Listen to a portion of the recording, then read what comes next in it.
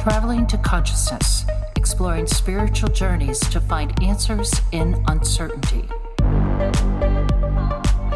What is up, conscious monkeys? Welcome back to another episode of Traveling to Consciousness. As always, I'm your host, Clayton Kateri, and in today's week's podcast, video, YouTube, we are talking about my history, my past, my last 3 months that I have experienced with the Self-Realization Fellowship techniques, all written out, all guided by the great guru Paramahansa Yogananda. And in this episode of, essentially it's a catch up with Clayton episode, in this episode we're going to be discussing my first 3 months in these lessons. I'm going to tell you my history with meditation, and I am going to give you my recommendation if you should go on this path or not. But before all of that, I want to give a quick shout out to my guy named Pierre, longtime listener of the podcast and of the show, and he shot me a DM recommending an update on my Self-Realization Fellowship lessons. And this is because in one of my earlier episodes, I talked about reading the Autobiography of a Yogi, which is Paramahansa's most famous book, where he goes in depth of his entire life, of explaining his whole mystic unraveling of his life, which is really fascinating. And so before we jump into all of that, I want to give you a quick background on me. Who am I? Why should you even listen to me? Why does my opinion have any weight at all? Well, that is because I have been meditating since probably about sophomore year of college, which would put me at about 7 or 8 years of meditating. And whenever I say this, I mean very consistently. I probably dabbled with meditation a little bit before this, but in college, I really stepped up my game, if you will. This included like 5 to 10 minutes every time I woke up or before going to bed. At least 5 to 10 minutes, sometimes a bit longer, sometimes a bit shorter. And of course, nobody's perfect, but generally speaking, that was my routine. And I started finding a lot more peace and deeper sleep because of it. So I know the recommendation is going to be later about the Self-Realization Fellowship, but as a bedrock, I highly recommend that you consider or actually do meditating 5 to 10 minutes before you go to bed and when you wake up. This is like a baseline routine that I truly believe anyone and everyone can do and should do. So let's keep going. So for 7 years, I was just meditating. I didn't really have much of a structure. I would look at meditations online, sometimes enact them in my own practice. Sometimes I would add in some visualization, which is different than meditating, but that's for a different podcast. Work in some visualization, get myself calm before going to bed and in the morning. And what I realized was, big picture, and actually I didn't even realize this until I started the lessons, was that I didn't really have a lot of structure to it. The structure was essentially wake up, meditate. Before you go to bed, meditate, which in essence, in my mind, was just sit still, try to clear your mind of thoughts, but just sit still with your eyes closed, which is a good start. And I think that's generically what most people believe meditation to be. Now, as I was kind of developing the spiritual journey, many of you know my story where I was a software engineer, quit my job, found myself traveling, and started this podcast along the way. Well, in that journey, I found so many different tools and techniques to connecting with my higher self, becoming more calm, peaceful, and present. And quite frankly, that path led me to Paramahansa Yogananda. His name started slowly coming up again and again and again. And after just so many times of hearing his name, seeing the book, the Autobiography of a Yogi, popping up in all these different random places, I said to myself, the universe is trying to talk to you. It's trying to tell you the next step in your evolution. So I listened, said, all right, what's going on with this book? I looked on Audible, I clicked on the book, and it was like a 25-hour book. And I'm like, geez, I don't know about this one. That's a long one. It's a long one for an audiobook. So I said, hey, look, the universe is telling me to do this. I'm going to buy it. Spent a credit on Audible, got the download, was reading the book, and the things that he experienced were just unbelievable. There's one chapter where he talks about a guru who was able to influence the subconscious mind of another individual. There's parts in the book where he talks about how his guru was able to materialize and dematerialize his body in different locations. So, like, I'm in Pittsburgh, Pennsylvania right now, and you're wherever you're at in the world. Essentially, this dude was able to transcend space and time by taking his material body in Pittsburgh, and I would be able to project it to wherever you are in the world and talk to you as if we're face to face. And you'd be able to feel my hands and feel my face and touch my skin and be like, yeah, this is Clayton. And the book is just packed with these things that would be very difficult to believe in them. Now, this is the dude's autobiography. So what do I make of that? Well, it basically said that there's something here that I don't know. There's something here that I would love to know and figure out. Let me try this for myself and see if this is something that aligns with me. Let me see if I can unlock these mysteries. So I read that book, and through researching him more, I found that he has self-realization fellowship lessons. And self-realization fellowship is his what is it?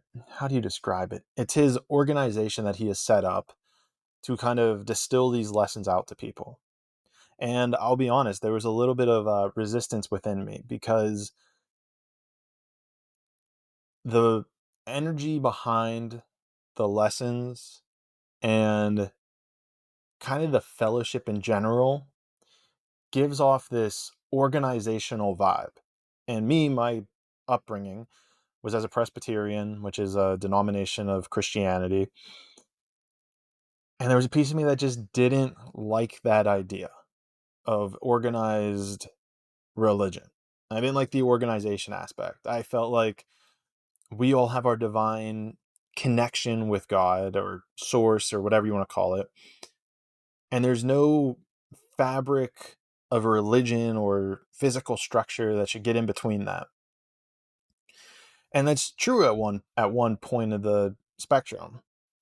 I think there's another element that we need to give credit to for religion. Now, true religion, and Paramahansa talks about this as well, which I am very deeply aligned with, which is the true aspect of religion is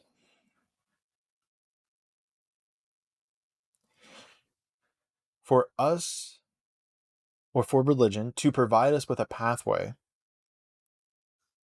that can remove suffering and bring us closer to attaining bliss.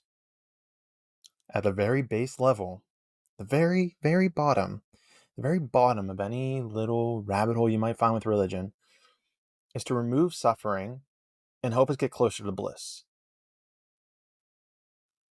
And if you sit there and really unpack that idea, it's a very profound and powerful idea.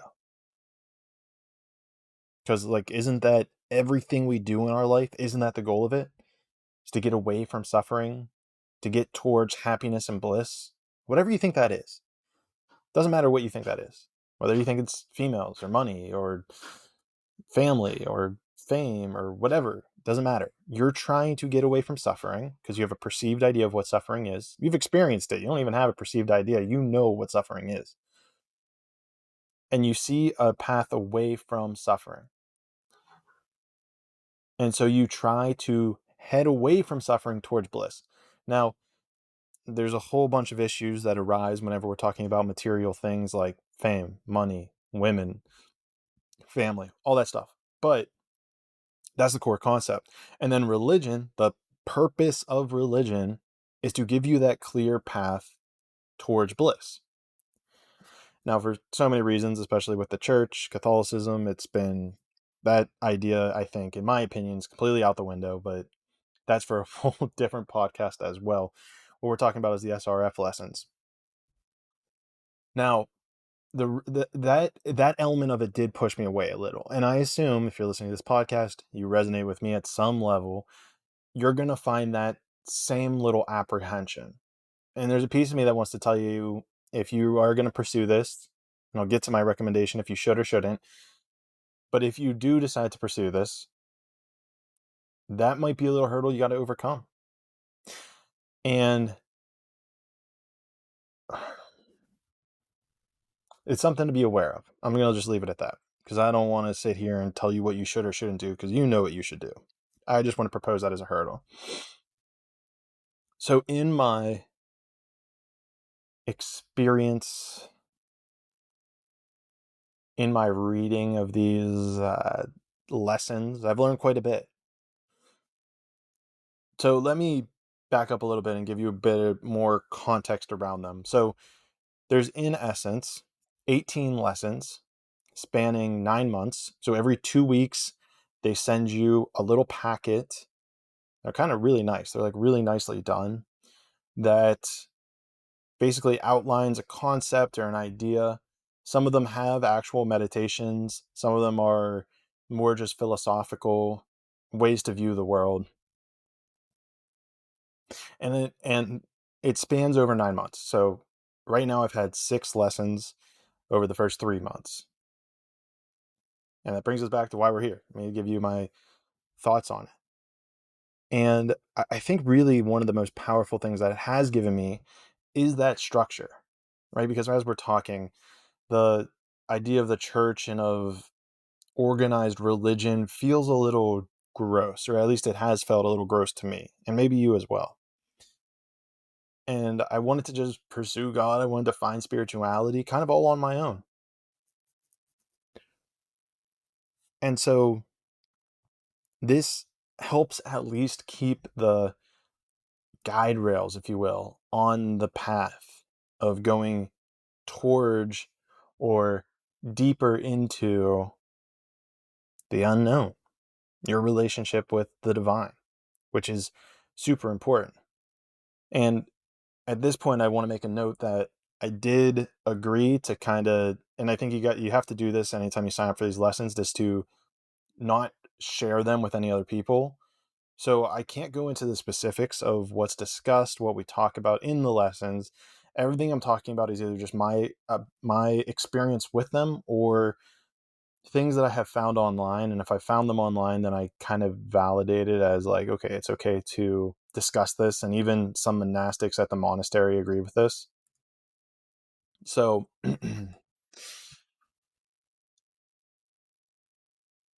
lost my train of thought. So what do I say? What do I think has changed in the last 3 months of me using these lessons? Number one, I would say that I have achieved a deeper calmness. I have found a more peaceful center. I've at least known what that means at a deeper level. And I think an element of that comes from one of the techniques that they have given us. And I'll tell you right now, it's called Hong Sau.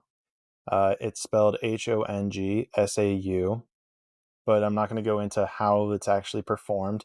And I do want to say very quickly, be careful. If you go online and search Hong Sau technique, you're going to have a bombarding with like these different people teaching you, and guide, like the big one to stay away from is if it says guided, Hong Sau guided, because the way that I'll just say this, that the way that it's done cannot be guided. It's something that cannot be guided. So I'll just leave that. And that technique alone has been super powerful in helping me find calmness and relaxation. Even these lessons go into breath work, which is super fascinating. So I don't know what to think of it, honestly. It's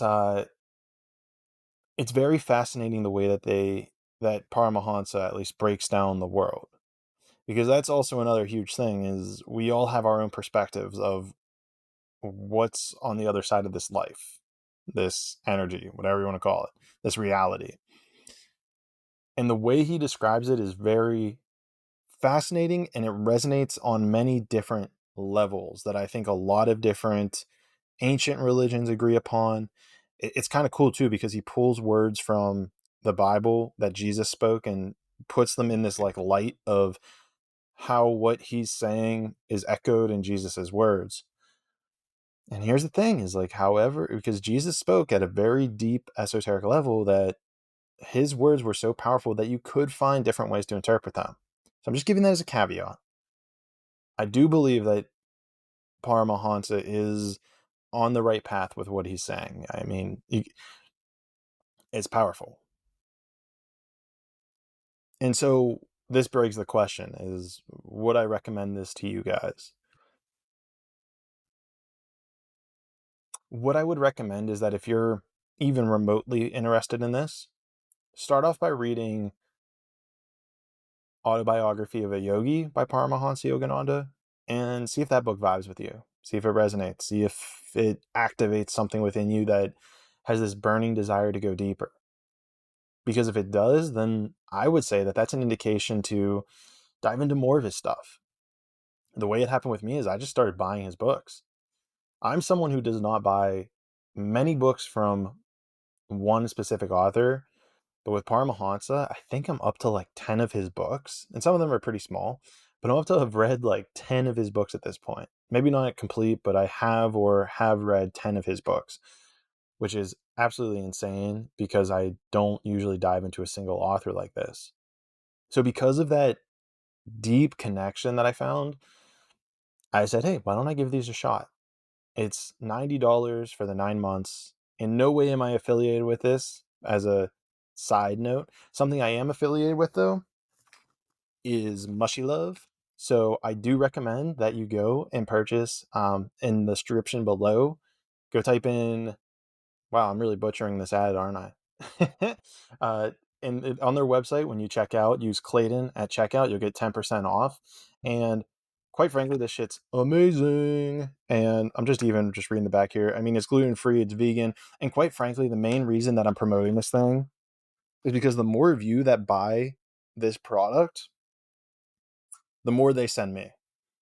So like, I want this product so much that I'm encouraging you to buy it so that I can get more. I know it's really selfish of me, but it's beneficial for your gut health, your brain, your life in general, which, as we're talking about this spiritual nature, you also have your physical body, which you need to take care of. You know, it's not just all spiritual. So with that being said, make sure you take care of your physical body, which can be helped by Mushy Love. So again, Mushy Love. You know, they have this cinnamon swirl latte flavor that's really good. And so, yeah, go buy some so I can have more. That's all I'm saying. Um, so that's one thing I do recommend for sure. But as it comes with the spiritual lessons, should you do it? I'm not going to sit here and say you should or shouldn't. I'm going to say here's what I recommend. Here's my full recommendation of what I recommend for you. Number 1, meditate before going to bed and whenever you wake up. Number 2, if you are slightly interested in at all at Paramahansa, go read Autobiography of Yogi. Number 3, if you find that interesting, buy more of his books. Number 4, if you find those books interesting and you want to take that journey deeper into the unknown, buy the lessons. Do it. They have actually increased my duration of time of meditating. Remember how I said like 5 to 10 minutes? Now it's crazy. I'm up to like 30-ish minutes, 35 minutes. Sometimes I've meditated for like an hour in the morning or at night. And I know not everybody has time for that. I get that. So, you know, don't compare yourself to me. Just realize that this will help you go deeper in your practice. This will help you become more calm, more centered. It will help you explore yourself at a deeper, more profound level. So, yeah, that's a powerful one. Honestly, this is a pretty big wrap up. Hopefully that answers all of your questions. I'll definitely do a Q&A if for some reason you guys have more questions on this. If this is a topic you want me to go even deeper in, drop them in the comments below or shoot me a message on like the contact me thing down below. yeah, that'd be a great way to get into contact. Other than that, go buy yourself some mushy love. Let's go get mushy. Let's get some love in us. Use promo code Clayton at checkout so you can get 10% off your purchase forever and ever and ever. And so then I can get more mushy love and we'll all be drinking mushy love together. Maybe we'll have like a mushy love month or something like that. Whoa, that sounds cool. Anyhow, I'm digressing at this point. Hopefully you have a clear understanding at this point of whether or not you should jump into the self-realization ship lessons. If you do, sick. If you don't, also sick. You just know of another tool that's out there in the world. And speaking of which, there's another tool which is called the sixth dimension. And if we don't talk in this dimension, then we'll make sure that we talk in the sixth dimension.